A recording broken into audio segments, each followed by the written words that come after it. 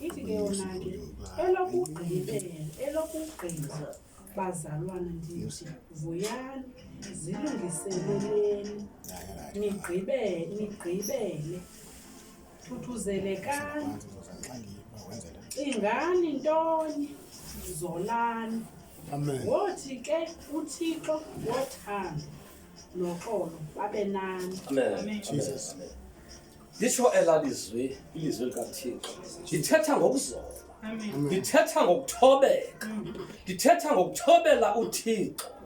Kwizinto zonke uthobele uThixo.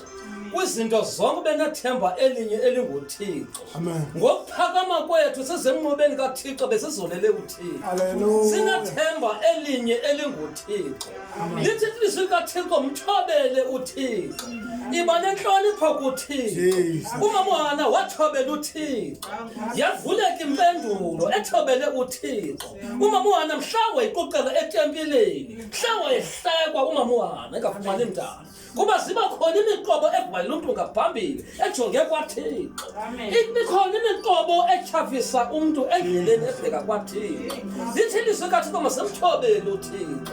Sizenga kwaThixo kepho zikhona impumelelo endlini kaThixo.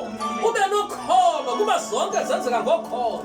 Ngokholo lokuthobeka kuThixo ngokuzola. Zolele uThixo. Benenhlonipho kaThixo. Silapha nje size kuThixo. Wasinika lo mandla uThixo ba masize apha ngokumthobela kwakhe. Kuba kufanele kube nentobeko kaThixo. Ngoba ikuThixo esoyame ngaye osidalileyo. Apha ebomini sime ngoThixo sinalo elinye ithemba ngaphandle koThixo. Litsho lalizwi likaThixo ndilivayo. Lithi mzoleleni uThixo. Mhlonipheni uThixo. uThixo uyinto yonke kuthi. Ndivele ilizwi lakhe lathetha ngumama apha.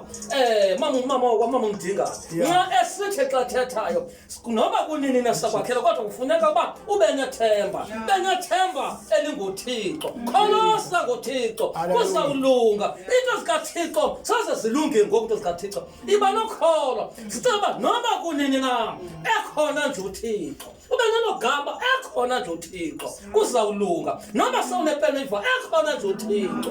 Sinomntu wethu esibhalanse ngaye. Sinethemba elinguThixo. Sinethemba elingugqirha. Sinethemba ugqirha wethu nguThixo kuphela.